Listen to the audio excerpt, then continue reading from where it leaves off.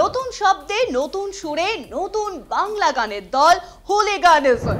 অনির্বাণ দেবরাজ শুভদীপদের কণ্ঠে ভিন্ন ধারার গান শুনতে পারবেন এবার শ্রোতারা। দলের নাম হুলিগানিজম।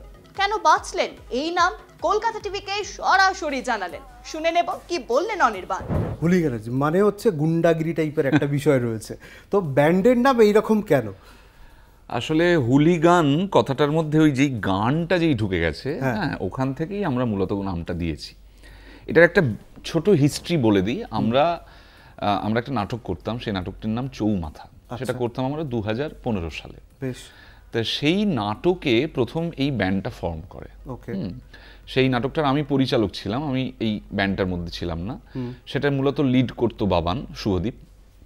তো ওই নাটকটার বিষয়ের সঙ্গে সাযুজ্য রেখে এই গানের দলটার নাম দেওয়া হয়েছিল হুলিগানস, হুলিগান।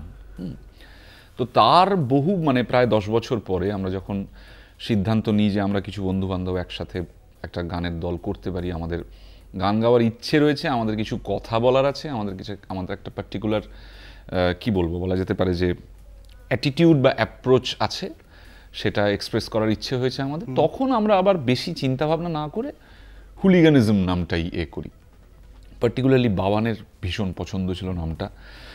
আমি মাঝে মাঝে একটু যা হয় একটু নরম নাম, হ্যাঁ, যে বাঙালি সংস্কৃতির সাথে যায়, যাতে সবার খুব ভালো লাগে। আবার হুলিগানিজম কেন, এসবের এড়ানোর জন্য আমি একবার বলেছিলাম যে যদি অন্য কোনো নাম টাম দেওয়া যায়।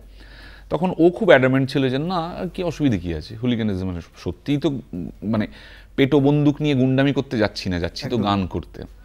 তাতে যে বদলটা করা হলো, হুলিগানিজমের ইংরেজি বানানের মধ্যে একটা থাকে, আমরা দুটো করে দিলাম। গ্রামাটিক্যালি ওখানে আমরা বেঁচে গেলাম একদম। হ্যাঁ, আর বাংলাটাতে তো ওই গান শব্দটা আছে, হ্যাঁ, ভেঙে লেখা আছে, আমাদের ওই স্ল্যাশ দিয়ে লেখা আছে, যাতে করে আলাদা করে গানটা পড়া যায় আর কি। তো এবারে এইটাই নামের উৎস, আর কিছুই নয়।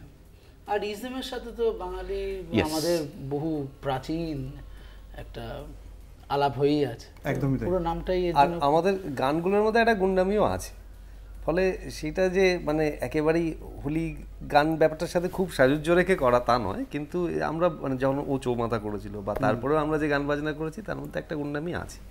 সেটা অনেক কিছুই কথা বলি যখন আমরা আস্তে আস্তে রিলিজও করবো গানগুলো, বা যখন যারা আমাদের শো দেখতে গেছে সেই গুন্ডামির খানিকটা টেরও পেয়েছে।